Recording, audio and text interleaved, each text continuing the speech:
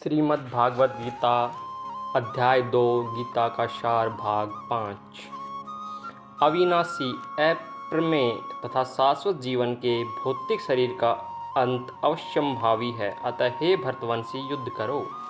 तात्पर्य: भौतिक शरीर स्वभाव से नाशवान है, यह क्षण नष्ट हो सकता है और 100 वर्ष बाद भी यह केवल समय की बात है।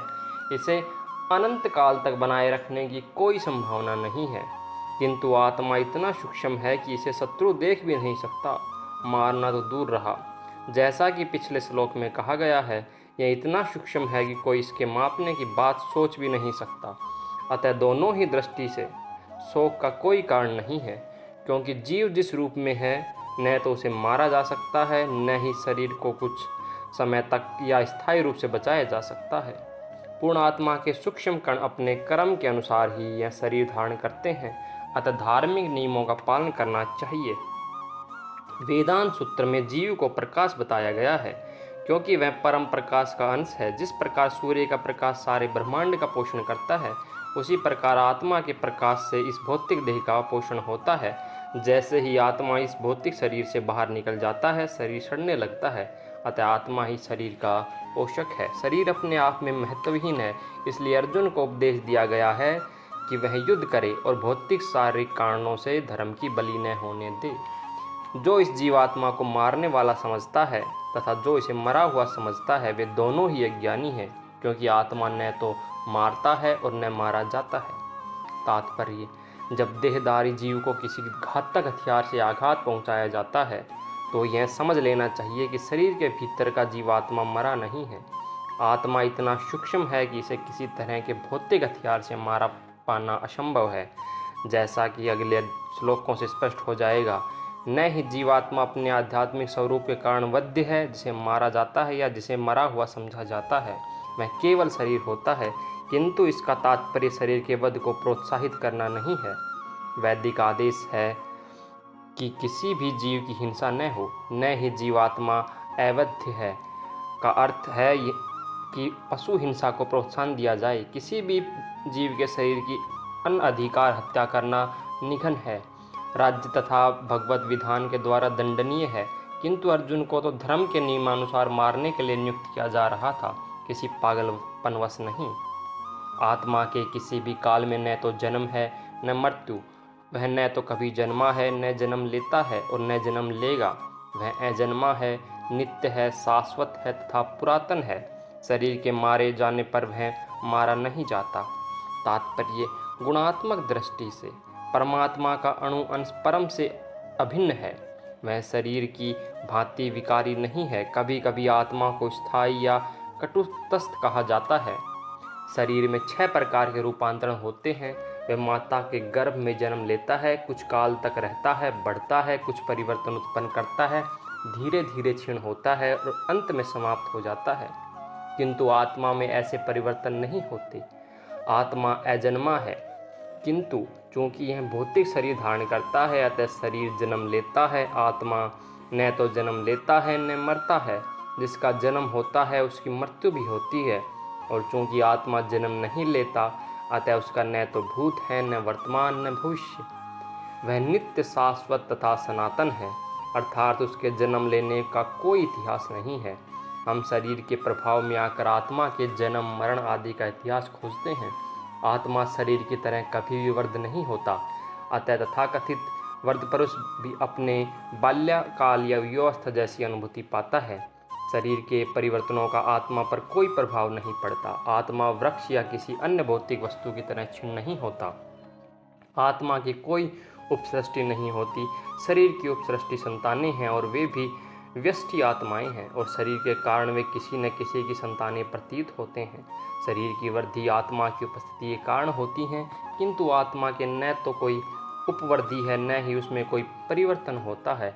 अतः आत्मा शरीर के 6 प्रकार के परिवर्तन से मुक्त है।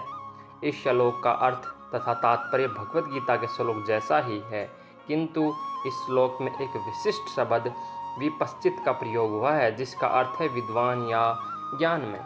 आत्मा ज्ञान से या चेतना से सदैव पूर्ण रहता है, अतः चेतना ही आत्मा का लक्षण है। यदि कोई हृदयस्थ आत्मा को नहीं खोज पाता, तब भी वह आत्मा की उपस्थिति को चेतना की उपस्थिति से जान सकता है। कभी कभी हम बादलों या अन्य कारणों से आकाश में सूर्य का नहीं देख पाते, किंतु सूर्य का प्रकाश सदैव विद्यमान रहता है। अतः हमें विश्वास हो जाता है कि यह दिन का समय है। प्रातःकाल ज्यों ही आकाश में थोड़ा सा सूर्य प्रकाश दिखता है तो हम समझ जाते हैं कि सूर्य आकाश में है। इसी प्रकार चूँकि शरीरों में, चाहे पुरुष के हो या स्त्रियों, पशुओं के, कुछ न कुछ चेतना रहती है।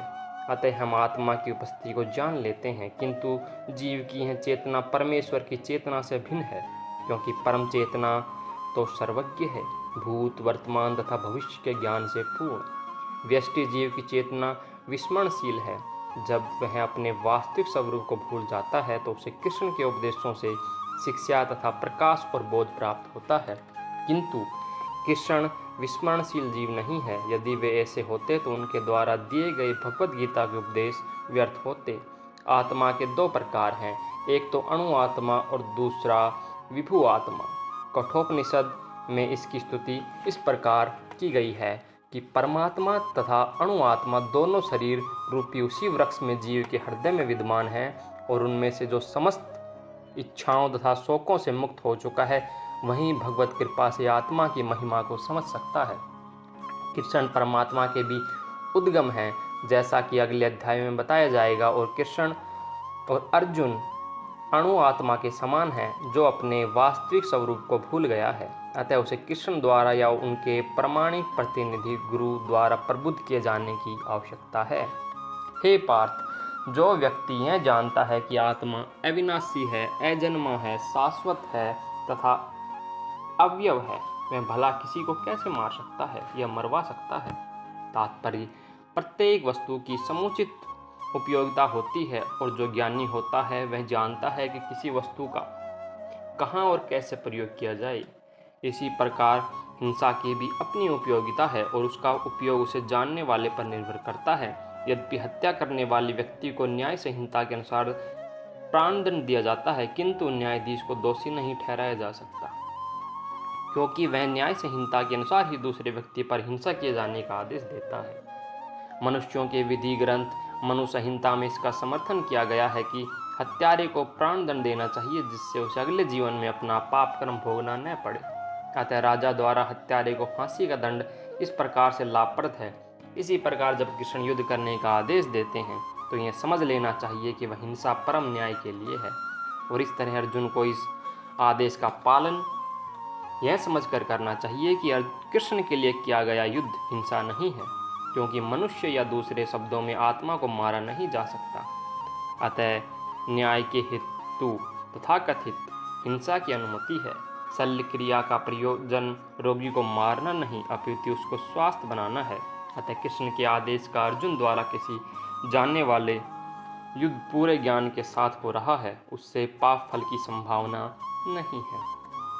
धन्यवाद। अगर आपको हमारी ये वीडियो सीरीज़ पसंद आ रही हैं गीता के उपदेश, तो आप इस चैनल को सब्सक्राइब करें, हमारे वीडियो को लाइक करें और अच्छे अच्छे कमेंट करें। धन्यवाद।